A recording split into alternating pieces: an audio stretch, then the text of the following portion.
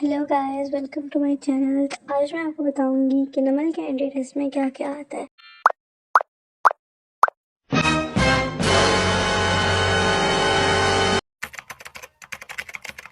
सबसे पहले मैं आपको थोड़ी सी इंस्ट्रक्शंस बता दूं कि होता क्या क्या। मेरा खुद नमल का एंटी टेस्ट था 2 दिन पहले, तो मुझे पता है कि क्या क्या होता है। मैं अपना एक्सपीरियंस आप लोगों के साथ भी शेयर करना चाहती हूँ।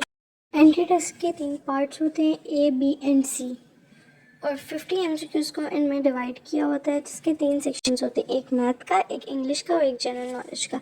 ये मैं अकाउंटिंग एंड फाइनेंस की उस पर बता रही हूँ, ठीक है। मेरी जो फील्ड है वो आगे अकाउंटिंग एंड फाइनेंस है।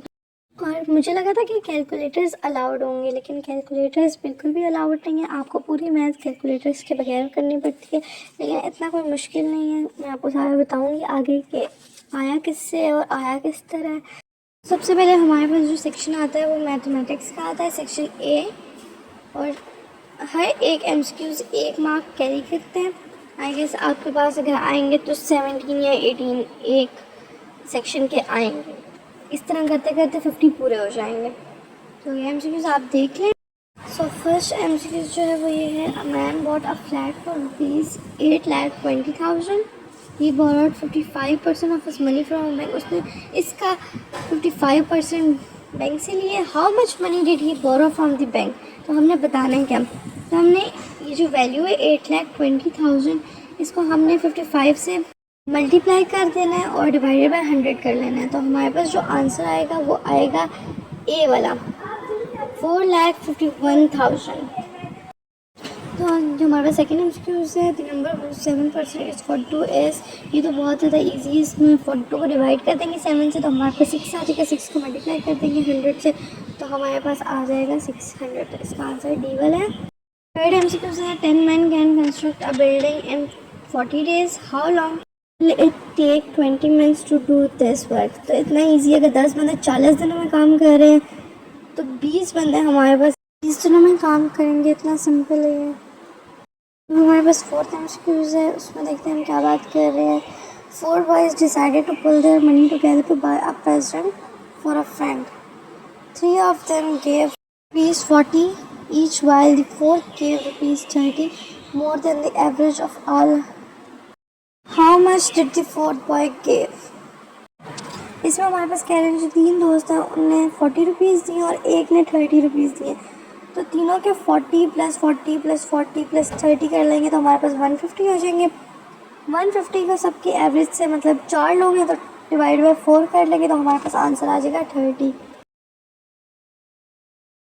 सो अब हम करेंगे सेक्शन बी, जिसमें हमारे पास इंग्लिश आती है, और उसमें हमारे पास 17 to 18 MCQs आते हैं। मैं आपको कम करा रही हूँ ताकि आपको लॉजिकल पता चल जाए ना कि किस तरह के आते हैं। बाकी फैक्टर्स तो आप खुद भी कर सकते हैं। तो आपने ये वाले पास पेपर ज़रूर करने हैं, क्योंकि मैं अभी जो 2 दिन पहले टेस्ट दे के आई हूँ, 3 दिन पहले मेरे भी सेम यही थे, इसलिए मैं आपको ये सब करवा रही हूँ। तो जो अब MCQ स्टार्ट करते हैं हम 5 वाला। Before buying a book I will read the dash to find out if the book is interesting.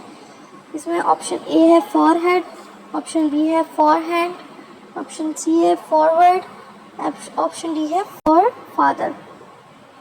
तो इसमें जो हमारे पास करेक्ट आंसर है वो सी वाला है।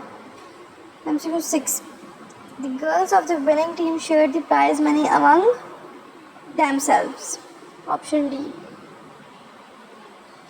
उसके बाद the little girl could not carry the heavy basket as there were dash apples in few apples, some apples, much apples, many apples, many apples. तो आंसर इज डी। अब हम आ जाते हैं सेक्शन सी पे, जो हमारे पास होता है जनरल नॉलेज का। अच्छा, एक और चीज़ बताऊँ आप लोगों को, इस वीडियो के एंड में मैं आपको बताऊँगी कि इंटरव्यू में क्या पूछा जाएगा, क्योंकि मेरा तो उसी दिन इंटरव्यू हुआ था जिस दिन मेरा एंट्री टेस्ट था। तो मैं आपको वीडियो के एंड में वो भी बताऊँगी। And let's started. अच्छा, जो MCQ 8 है वो हमारे पास है, in which year Pakistan become member of United Nations. ये ऑब्वियस सी बात है 1947। उसके बाद हमारे पास है second most populous country is India. MCQ से the agro based industry is, इसका आंसर है डी, ऑल ऑफ दिस। उसके बाद है who is the current secretary general of United Nations. तो इसका आंसर है हमारे पास की वाला। और अब हम आ जाते हैं इंटरव्यू में कि इंटरव्यू में क्या पूछा जाता है। इंटरव्यू में इतना कुछ नहीं पूछा जाता, मतलब इतनी कोई घबराने की बात नहीं, सिर्फ आपकी फील्ड से रिलेटेड आपसे पूछा जाता है। जितना मेरी फील्ड अकाउंटिंग एंड फाइनेंस, मुझसे पूछा गया था कि अकाउंटिंग एंड फाइनेंस क्या है, बैलेंस शीट क्या है। तो बस आपको कॉन्फिडेंट रहे कि आपको जवाब देना होता है। इसमें इंग्लिश उर्दू कुछ मैटर नहीं करती, आप उर्दू भी बोल सकते हैं, इंग्लिश भी बोल सकते हैं, आपका दिल चाहे जो मर्ज़ी। फिर वो आपसे ये पूछेंगे कि आपकी जो फर्स्ट प्रायोरिटी है, अगर उस पर आपका एडमिशन ना हो और सेकंड पे हो तो आपने उस चीज़ का जवाब देना है कि अगर आप उस पर ले सकते हैं, नहीं ले सकते तो आप उनको मना कर दें, नहीं मैं नहीं कर सकता। मैंने बोला था कि मैं सेमेस्टर गैप ले लूँगी अगर मेरा सेकंड प्रायोरिटी में हुआ तो। बस ये चीज़ें पूछते हैं, इतना कुछ डरने की बात नहीं, इजी होता है इंटरव्यू। बस आपको कॉन्फिडेंट रहे कि जवाब देना होता है। और हाँ, दूसरी चीज़ सारे मुझसे पूछते हैं कि इस चीज़ का बता दें कि इंग्लिश मैटर करती है, नहीं तो इंग्लिश बिल्कुल मैटर नहीं करती, आपकी मर्ज़ी होती है, आप उर्दू में जवाब दें, आप इंग्लिश में जवाब दें, लेकिन आपने जवाब देना होता है। इतना कुछ नहीं पढ़ाई के मामले में पूछेंगे, बस यही पूछेंगे आपने सेकेंड ईयर कहाँ से की, आपने मैट्रिक कहाँ से की, आपको अपने डॉक्यूमेंट साथ लेके जाने हैं जिसमें मैट्रिक के रिज़ल्ट हो और सेकेंड ईयर का रिज़ल्ट हो बस। और अपना इंट्रोडक्शन देना होता है आपको, आपसे आपका इंट्रोडक्शन मांगते हैं। बाकी इंग्लिश उर्दू कुछ नहीं मैटर करता, बस आप जहाँ से आपने मैट्रिक किया वो बताएं, आप अपना नाम बताएं, दैट्स इट। और अगर आपने कोई और चीज़ मुझसे पूछनी है इंटरव्यू से रिलेटेड या फिर इंटरटेस्ट से रिलेटेड तो आप मुझे कमेंट कर देना, मैं आपको उस चीज़ का रिप्लाई कर दूँगी। बाकी थैंक यू, अल्लाह हाफ़िज़, बाय बाय।